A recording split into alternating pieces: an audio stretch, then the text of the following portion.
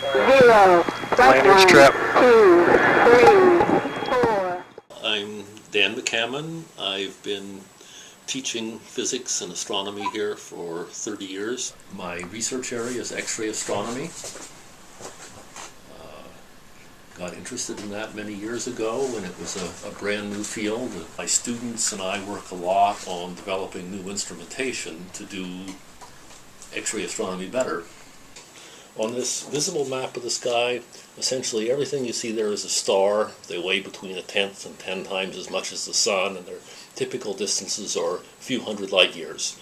And everything there is part of our own galaxy, and that's what you see is this big flat disk of the distant stars in our galaxy that we call the Milky Way.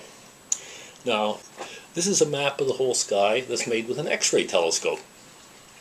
And there are about 50,000 sources on this map. 90% of those are black holes.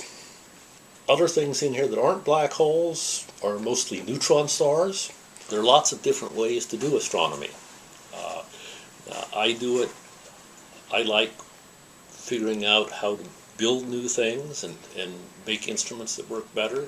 So I spend a lot of my time building the instruments, and then we put them on these little rockets and fly them above the atmosphere and learn something about this interstellar gas.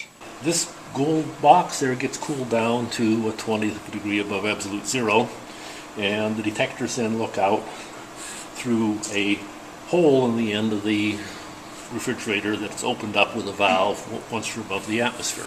The rest of this is sort of like a big thermos bottle. It has a vacuum in it so the heat doesn't get in. My advisor told me that I should get a job on campus and get some experience with research and see what it's like. Not knowing anything, I said, fine, who should I work for? And he said, me, of course. I spent a lot of time with him in the machine shop at night, building stuff and taking it up to Mount Wilson Observatory and using it on the 60-inch and the 100-inch telescope, and just had a ball. I say a lot of different backgrounds could get you into this. If you're good with your hands and like to make things, if you're good at abstract thinking and figuring out how something might work. But this was all built in the building here.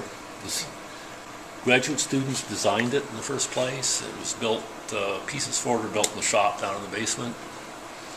It's all put together and assembled here.